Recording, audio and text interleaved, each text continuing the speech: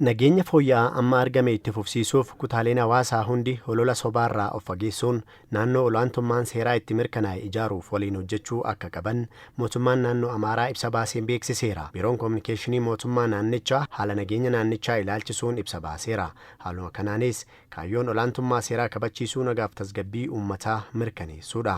Olaantummaa seeraa mirkaneessuun jireenya hawaasaa tasgabbaa'aa fi itti fufiinsa qabu mirkaneessuuf ni gargaara. Dhaloota itti aanuufis ashaaraa kaa'uudha. Hawaasni walitti bu'iinsa keessa jiraatu jireenya idilee qabeenyaa fi jireenya waliigalaaf wabii argachuu hin danda'u. Nyaata guyyaa fi fedhii uffataa guutuu bira darbee sochii dinagdee keessa galuus hin danda'u. Alseerummaan uummatni tasgabbii akka hin qabaanne taasisa. To'atamuu dhabaannaanis suuta suutaan waan hundi harka mootummaa fi uummataatii akka ba'u ni taasisa. Haalli kun akka hin mudannee fi yoo mudates to'achuuf mootummaan hojii olaantummaa seeraa mirkaneessuu hojjetaa jira. Dhugaan jiru kana ta'e osoo jiru gareewwanii fi namoonni kaayyoo diigumsaa qaban tokko tokko obsa mootummaa akka laayyootti ilaaluun uummata irratti gochaa hin malle wayita raawwatan mul'ata. Mootummaan uummata akka hin tajaajilleef danqaa ta'aa jiru. Rakkoo nageenyaa gareen finxaaleeyyii kanaan dura naannichatti uumaniin gocha seeraan alaa raawwachuu bira darbanii mootummaan hojii guyyaa guyyaa akka hin hojjenneef gufuu ta'aa jiru.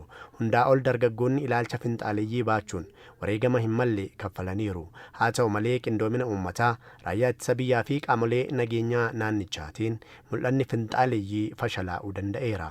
Humni finxaaleeyyii kun raayyaa ittisa biyyaa dura dhaabbachuu waan dadhabeef gochaa suukkanneessaa raawwataa jiru akka hojii eebbifamaatti lakkaa'uun holola sobaatiin uummata burjaajessuuf yaalaa jira. Kaayyoon humna finxaaleeyyii inni guddaan neetwoorkii badisaa biyya keessaaf biyya alaatti diriirsatti gargaaramuun bobaa uummataa keessa dhokachuudhaan abukaatoo fi qabsaa'aa uummataa of fakkeessuun tarkaanfii mootummaan fudhataa jiru gufachiisuudha.